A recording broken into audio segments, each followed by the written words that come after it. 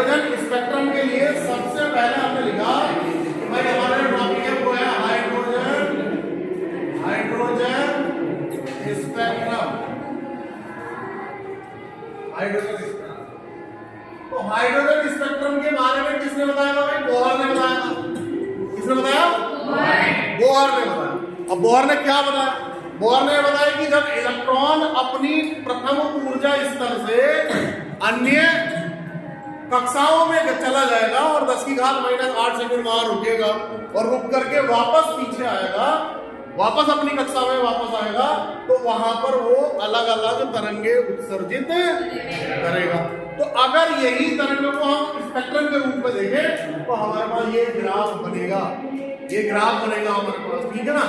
तो यहाँ पर हाइड्रोजन स्पेक्ट्रम में जो सबसे बड़ी बात है कि ऊर्जा स्तर के बारे में बोहर ने क्या बनाया था वो हम बताने जा रहे हैं। तो लिखे, सबसे पहले मैंने बताया था आपको लिखना है कि बोहर ने अपने परमाणु मॉडल द्वारा हाइड्रोजन के विभिन्न ऊर्जा स्तरों की ऊर्जाओं के लिए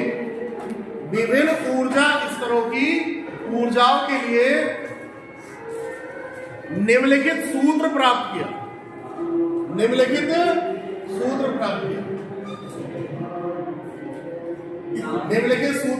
क्या सूत्र था भाई? हमने इसके बारे में पढ़ा था कि अगर कक्षाओं में ऊर्जा स्तर देखना है तो En बराबर फॉर्मूला था, En बराबर -13.6 अपॉन n स्क्वायर।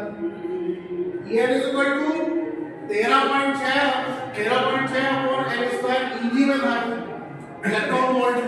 ये हमने पहले ही पिछले वाले आर्टिकल में हमने पढ़ा था कि भाई हमारे पास अगर ऊर्जा स्तर देखना है तो En बराबर हमारे पास फॉर्मूला है -13.6, ऊर्जा देखना है वो n स्क्वायर Eg। अगर हमारे पास ये वैल्यू है हमारे पास जहां पर n बराबर 1 2 3 आप कह सकते हैं, ठीक है। लिखे, नीचे लिखेंगे जहां पर हमारे पास तरंग लहरें निकालने के लिए अनेक ऊर्जा स्तर के नीचे लिखें। ये फॉर्मूला लिख करके नीचे लिखेंगे। ये फॉर्मूला लिख लिया आपने? फॉर्मूला लिखें,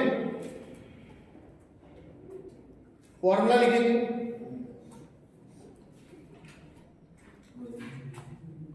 लिख लिया है? नोट किया सर? ईवी क्या है? बेटे इलेक्ट्रॉन वोल्ट, ईवी के बारे में बताया था ना, इलेक्ट्रॉन वोल्ट, जिसकी वैल्यू कितनी होती है 1.6 × 10⁻⁻7। बेटे n स्क्वायर क्या है मैं आपको बताऊं। अभी जो हम परमाणु वाला जो चैप्टर पढ़ रहे थे तो उसमें हमने जो पढ़ा था वो वहां तक पढ़ा था कि जहां आपके पास ऊर्जा स्तर दिखाए गए थे।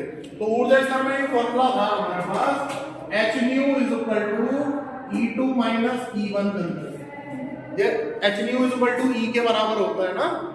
तो यहाँ जो वैल्यू बन रही है वो मतलब एक ऊर्जा स्तर से दूसरे ऊर्जा स्तर में जाने के लिए हो रही है।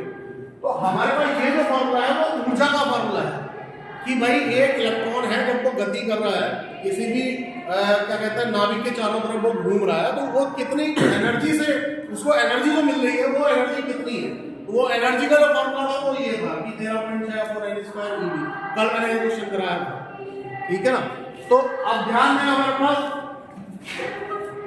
यहां से अगर आगे चलता है लिखे नीचे इसके कि माना हाइड्रोजन परमाणु के दो ऊर्जा स्तर, माना हाइड्रोजन परमाणु के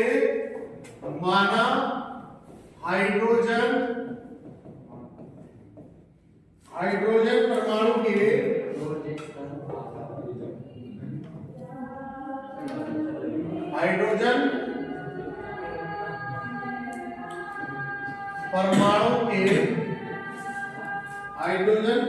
के दो ऊर्जा स्तर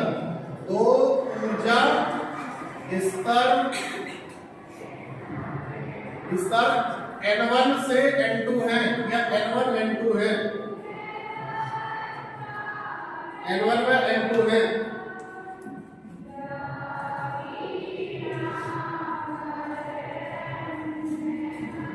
तब hν बराबर E2 - E1। hν क्या है? फोटोन की एनर्जी। और E2 - E1 क्या है? दूसरा ऊर्जा स्तर से प्रथम ऊर्जा स्तर। अगर यहां पर देखें न्यू बराबर हो जाएगा E2 - E1 अपॉन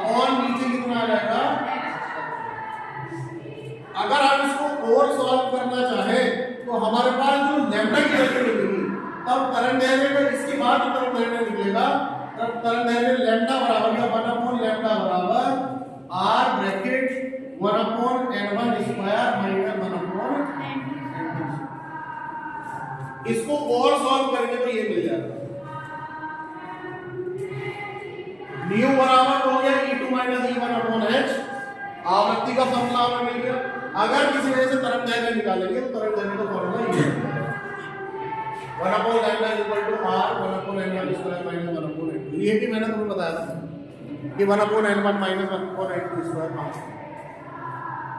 तो ये है किसी भी इलेक्ट्रॉन द्वारा जब वो एक ऊर्जा स्तर से दूसरे ऊर्जा स्तर में पहुंचता है तो अलग अलग तरंग दैर्ध्य निकालता है। मतलब पहली स्टेज में, मतलब सेकंड स्टेज में पहुंचेगा, सेकंड कक्षा में पहुंचेगा, जब वो फिर से प्रथम कक्षा में वापस लौटेगा तो वो कितनी एनर्जी बाहर निकालेगा, वो एनर्जी के लिए फॉर्मूला यहाँ इतना हो गया। कितनी आवृत्ति से वो चलेगा, आवृत्ति का फॉर्मूला हो गया। कितनी तरंग दैर्ध्य निकालेगा, उसको निकालने के लिए हम क्या करेंगे, इस वाले फॉर्मूले का उपयोग करेंगे। तो सबसे पहले बात आती है कि लाइमन श्रेणी क्या है। लाइमन श्रेणी के लिए ये पूरी प्रस्तावना आपको लिखनी पड़ेगी वहां पे, ठीक है ना। ये पूरा सिस्टम आपको लिखना पड़ेगा। क्वेश्चन शुरू हुआ कैसे, क्वेश्चन क्या कहेगा, क्वेश्चन कहेगा कि हमें हाइड्रोजन स्पेक्ट्रम के लिए लाइमन, बामर, पाश्चन, विकिरण श्रेणी की स्थितियां ज्ञात कीजिए। तो आपको सबसे पहले ऊर्जा बतानी पड़ेगी, आवृत्ति बतानी पड़ेगी, फिर तरंग दैर्ध्य से हम उसकी निकालेंगे सारी गलती। तो सबसे पहले आता है लाइमन श्रेणी। नंबर 1 क्या आता है, लाइमन श्रेणी। तो मैंने एक सूत्र बताया था, लाल बाग पर बिक रहे बिके फूल, बिके सीधा सीधा लिखो। लाल बाग पर बिके फूल का मतलब क्या है, लाल बाग पर, लाल का मतलब है लाइमन श्रेणी। क्या है, लाइमन श्रेणी। यहाँ स्थितियां दी गई है, अनंत है, n2 है, n1 बराबर 7 दिया हुआ है, n1 बराबर n2, n बराबर 6 दिया हुआ है, n बराबर 5 दिया हुआ है। तो अभी हम देख रहे हैं कि जो इलेक्ट्रॉन है, हाइड्रोजन परमाणु का जो एक इलेक्ट्रॉन है वो कौन सी स्टेज में जा रहा है, प्रथम से द्वितीय में जा रहा है, तृतीय में जा रहा है, सेकंड को थर्ड में जा रहा है, फोर्थ में जा रहा है, वो सब ठीक। तो सबसे पहले लिखेंगे हेडिंग, लाल बाग का मतलब है लाइमन श्रेणी। और पहले चित्र बना लेंगे, पहले चित्र बना ले भाई, चित्र बना ले, इसका चित्र बना ले जल्दी फटाफट।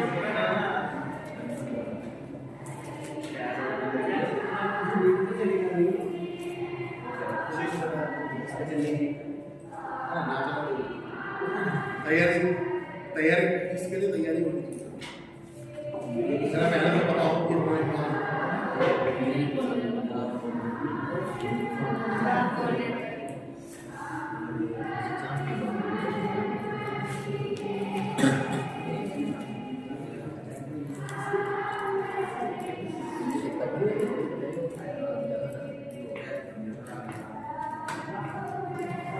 ये लिख लिया सभी ने, ये लिख लिया।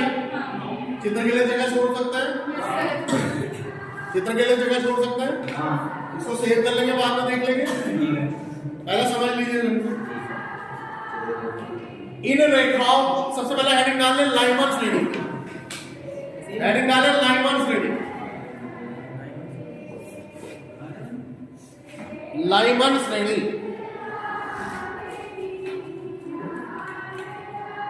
लिखो, इन रेखाओं को सबसे पहले लाइमन ने सन 1916 में प्राप्त किया। सबसे पहले कहां प्राप्त किया गया इन रेखाओं को, 1916 में प्राप्त किया, 1916 में प्राप्त किया। और बताया गया कि जब किसी परमाणु में इलेक्ट्रॉन, जब किसी परमाणु में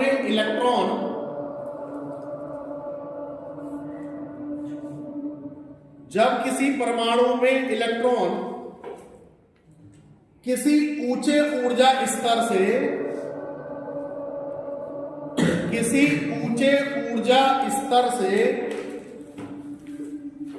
प्रथम ऊर्जा स्तर में संक्रमण करता है। किसी के आगे क्या है सर? किसी ऊंचे ऊर्जा स्तर से कहां संक्रमण करेगा? प्रथम ऊर्जा स्तर में संक्रमण करता है।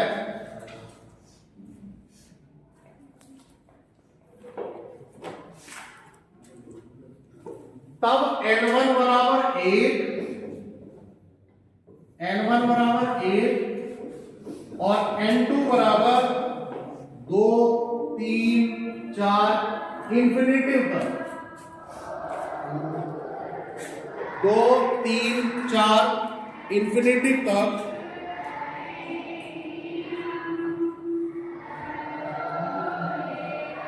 तब उत्सर्जित स्पेक्ट्रम की रेखाएं, तब उत्सर्जित स्पेक्ट्रम की रेखाएं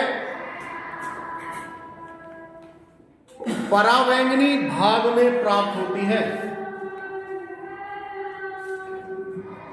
तब इस उत्सर्जित स्पेक्ट्रम की रेखाएं कहां भाग प्राप्त होती हैं? परावैंगनी भाग में प्राप्त होती हैं।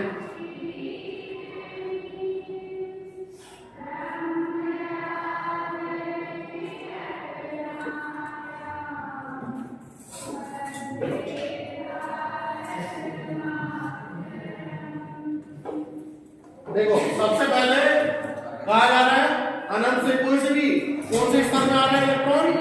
प्रथम ऊर्जा स्तर में आ रहा है। प्रकार प्रथम ऊर्जा स्तर में। तो रेखा कहां प्राप्त हो रही है? परावैंगनी। कैसी रेखाएं? देखो कैसी रेखाएं हैं? परावैंगनी। कैसी रेखाएं हैं? परावैंगनी भाग में प्राप्त हो रही है। तो इनका तरंग निकालने के लिए 1/λ बराबर r ब्रैकेट 1/n1 की जगह क्या रखना है? n1 की जगह रखो 1, n1 की जगह क्या रखना है? 1 माइनस n1 की n2 की जगह क्या रख सकते हैं? n2 की जगह 2 रख लो, 2 रख लो, 2 रख लो भाई, 2 का स्क्वायर कितना आ जाएगा? 1/λ बराबर r ब्रैकेट 1/1 माइनस 1/4 सॉल्व करेंगे कितना आ जाएगा? 1/λ बराबर 4 माइनस 3 तो 3r/4 3r/, अगर r का मान रखें, रिडबर्ग नियतांक का मान रखेंगे तो जो लैम्डा का मान है वो सही प्राप्त हो जाएगा हमें। यहां से अगर लैम्डा का मान निकालें तो लैम्डा बराबर हो जाएगा 4/3r। सॉल्यूशन करने पर हमें लैम्डा की वैल्यू प्राप्त होगी। तो बस इतना ही लिखना है, इतना ही लिखना है, इससे आगे लिखने की जरूरत नहीं है। तो हमारे पास जो लाइमर श्रेणी, दोबारा एक बार पूरा समझ लेते हैं ध्यान को। सबसे पहले हमने ऊर्जा निकाली कि भाई इतनी ऊर्जा चाहिए उसको बाहर निकलने के लिए, इलेक्ट्रॉन को पहली कक्षा से दूसरी कक्षा में जाने के लिए। अगर वो दूसरी कक्षा में जाता है तो पहली कक्षा में लौटते समय वो एक निश्चित आवृत्ति रखता है, आवृत्ति इतनी हो जाएगी। तरंग दैर्घ्य अगर पूछ रहा है तो तरंग दैर्घ्य हम इससे निकाल सकते हैं। हमने कहा कि भाई ठीक है, एक इलेक्ट्रॉन है हाइड्रोजन परमाणु का, वह हाइड्रोजन का एक इलेक्ट्रॉन कहां चल रहा है? अनंत से कौन सी कक्षा में वापस लौट रहा है? प्रथम कक्षा में वापस लौट रहा है। अनंत से मान लो या दूसरी कक्षा से प्रथम कक्षा में मान लीजिए, तो दूसरी कक्षा से पहली कक्षा में अगर वो वापस लौटता है तो कौन से भाग की तरंगें उत्सर्जित करेगा? परावैंगनी तरंगें उत्सर्जित होंगी, और परावैंगनी तरंगें उत्सर्जित होंगी और उसका तरंग दैर्घ्य हम इस फॉर्मूले से निकाल सकते हैं। ठीक है ना?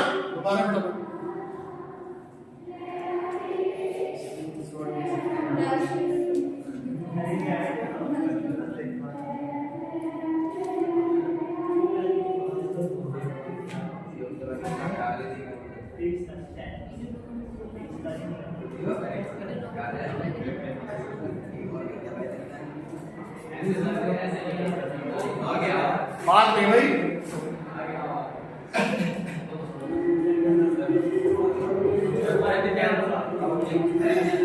अभी सर नहीं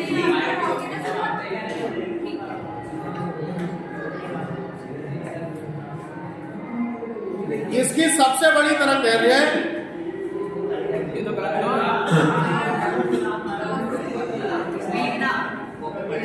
हाँ इसके नीचे लिखना है, इसकी सबसे बड़ी तरंग दैर्घ्य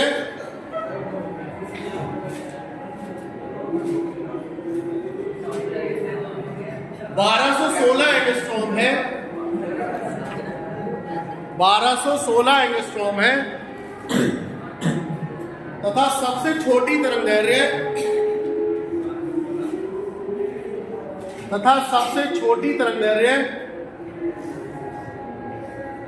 912 एंगस्ट्रॉम है, 912 एंगस्ट्रॉम। अब बात करते हैं भाई, अब बात करते हैं किसकी, चल नहीं रही थी क्या? अब बात करते हैं कि भाई अगर यदि हाइड्रोजन स्पेक्ट्रम में द्वितीय कक्षा में अगर इलेक्ट्रॉन जाएगा तब क्या होगा, द्वितीय कक्षा में अगर इलेक्ट्रॉन जाएगा तब क्या होगा, तो लिखेंगे दूसरा नंबर क्या था हमारे पास, भाग का मतलब क्या है, वामन श्रेणी। क्या था?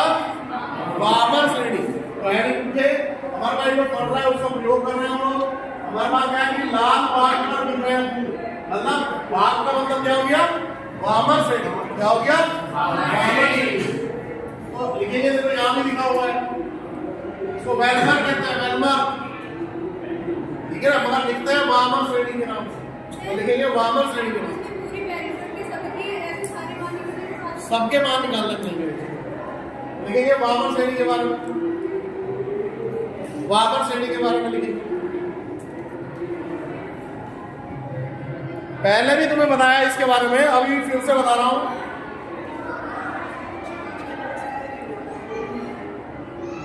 जब परमाणु, देखिए, जब परमाणु किसी ऊंचे ऊर्जा स्तर से, जब परमाणु किसी ऊंचे ऊर्जा स्तर से, जब परमाणु किसी ऊंचे ऊर्जा स्तर से